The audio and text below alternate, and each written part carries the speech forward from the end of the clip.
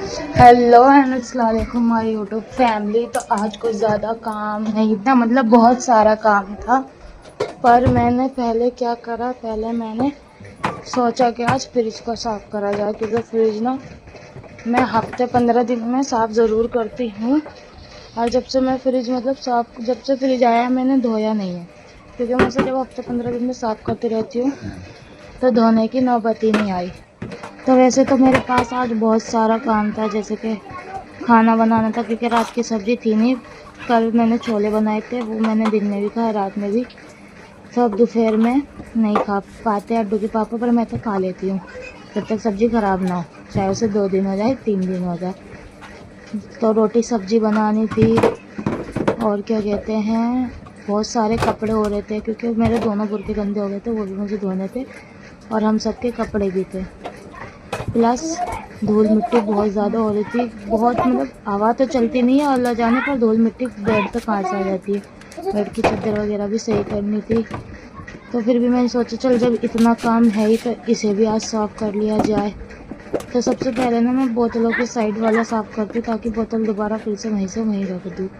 उसके बाद जो भी मतलब चीज़ें थोड़ी थोड़ी सी थी और वो बड़े बर्तनों में रखी थी, जैसे कि मैंने मटर उबाले थे तो टोकरी में थी, तो बच्चे चलते फिरते मटर खाते रहते हैं, तो इसलिए मैं फ्रिज में रख देती ताकि ख़राब ना हो, बच्चों को ठंडा ठंडा लगे और वो खा लें। तो फिर क्या कहते हैं, वो मटर मैंने छोटे बर्तन में करके रखे। फिर यहाँ जामुन भी रखे थे। तो वैसे तो मैं जामुन खाती नहीं हूँ, पर क्या कहते हैं रखे थे तो मैंने कहा ट्राई कर लूँ। मतलब मुझे अजीब अजीब सा मुँह हो जाता है, बकटा बकटा सा। तो मैं अम्मी से कहती हूँ, अम्मी तुम कैसे खा लेती हो जामुन? अम्मी कह रही बेटा मुझे तो मजबूरी में खानी पड़ती है, शुगर में फ़ायदा करते हैं ना जामुन, इसीलिए। तो शुगर में फ़ायदा करते हैं तो कह रही मुझे इसलिए खाना पड़ता है। और वो जब रोज़ 2 या 3 टाइम अगर जामुन खा लेते हैं ना, फिर उनसे रोटी तो खाई नहीं जाती, क्योंकि पूरा मुँह अजीब अजीब सा हो जाता है। तो जितनी भी चीज़ें थी सबको मैंने साफ़ करके रख दिया, और रखते रखते मैंने एक जामुन और खा लिया।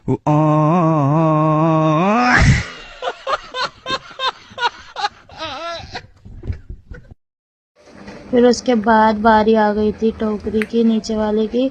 और फ्रिज में पूरी इस टोकरी की वजह से ही मैंने साफ़ करा, क्योंकि ना डुग्गू गड्डू ने ना शायद अंडा गिरा दिया था उसमें, पहले ही फूटा वाला है, फिर वो गिरा दिया। तो फिर मैंने ये भी साफ़ करके, सब्जी भी पिन्नियों में से निकाल के सही से करके, और इधर का भी पोर्शन पूरा साफ़ करके फ्रिज में सब्जी अरेंज कर दी। अब रह गई थी बाहर क्या, तो मैंने कहा बदबू आ रही है, तो मैंने पहले क्या करा, शैम्पू में ना पानी में ना शैम्पू डालकर उसे कपड़े से अच्छे से धो के निचोड़ के मैंने उससे फिर से पूरा फ्रिज साफ़ करा, जिससे अंडे की स्मेल चली जाए।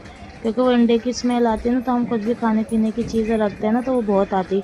इसीलिए हम लहसुन प्याज भी ना इकट्ठा पीस के नहीं रखते, क्योंकि ना फिर फ्रिज में से ना कुछ भी चीज़ निकालो तो लहसुन प्याज की आती है। हम या तो सिरका हाथ पीस लेते हैं या मशीन पर हाथ पीस लेते हैं, हम पीस के नहीं रखते। हाँ कभी ऐसा होता है जैसे हम सब्जी बनाने जा रहे हैं, फिर हमने कुछ और बना लिया तो एक आध कटोरी बच जाता है तो उसे रख देते हैं, नहीं तो ऐसे नहीं रखते।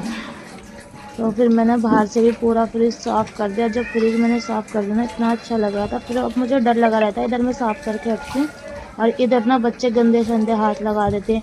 सोच रही हूँ कवर ले लूँ, फिर कवर से ना ये सही से खुलेगा नहीं, क्योंकि अभी तक मैंने यही देखा है, सिंगल डोर के ही फ्रिज देखे मैंने, डबल डोर के फ्रिज के कवर नहीं देखे। तो अगर ट्राई करूँगी, देखूँगी, अगर मिल गया तो डबल डोर का भी सही सा। अभी तो मैंने ये ऊपर ये कपड़ा डाल रखा है, क्योंकि ऊपर तो और धूल मिट्टी हो जाती है और हाथ नहीं जाता तो साफ़ नहीं हो पाता, इसीलिए। तो मैंने कहा क्या कहते हैं, अभी इसी से काम चलाते हैं, आगे काम वाम चलेगा सही रहेगा। तो फ्रिज के लिए कवर भी लेना पड़ेगा, क्योंकि ये भी ज़रूरत की चीज़ है, शौक की नहीं। तो ये अब्दू ने इतने सारे यहाँ स्टिकर लगा रखे हैं, और ऊपर से भी साफ़ कर। अब पूरा फ्रिज साफ़ हो गया, बस इंतज़ार है शैतानों का कब आएंगे और बिगाड़ेंगे। और मैंने ना आप सबके लिए एक हल निकाला है। मैं भी इस चीज़ से परेशान थी, जैसे तकिए के कवर होते हैं, इन्हें सिल दो तो ठीक है, क्यों अब चैन वाले आते हैं उनकी चैन बहुत जल्दी ख़राब हो जाती है।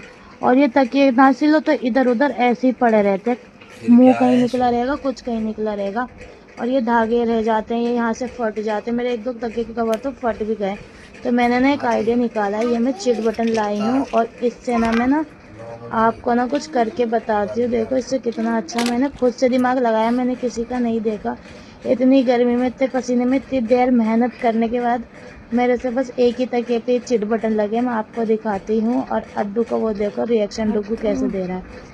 तो ये मैंने सारे इसमें 5 चिट बटन लगाए। ये आराम से आप खोलो, तकिया बाहर निकालो, धो दो, धोने के बाद दोबारा ऐसे लगा लो। ना सिलने की झंझट बार बार, ना उधेड़ने की, और ना ये टेंशन कि यार चैन ख़राब हो गई, अब इसकी चैन कहाँ से सही करें या क्या कहाँ से सही करें। और इसमें मैंने कम से कम 5 लगाए। आप अपने तकिए के अकॉर्डिंग लगाना। अगर आपके तकिए का साइज़ चौड़ा है या पतला है या मोटा है, जो भी, उस साइज से लगाना। और मैं हूँ ना, वो अलग ही लेवल का बंदा था।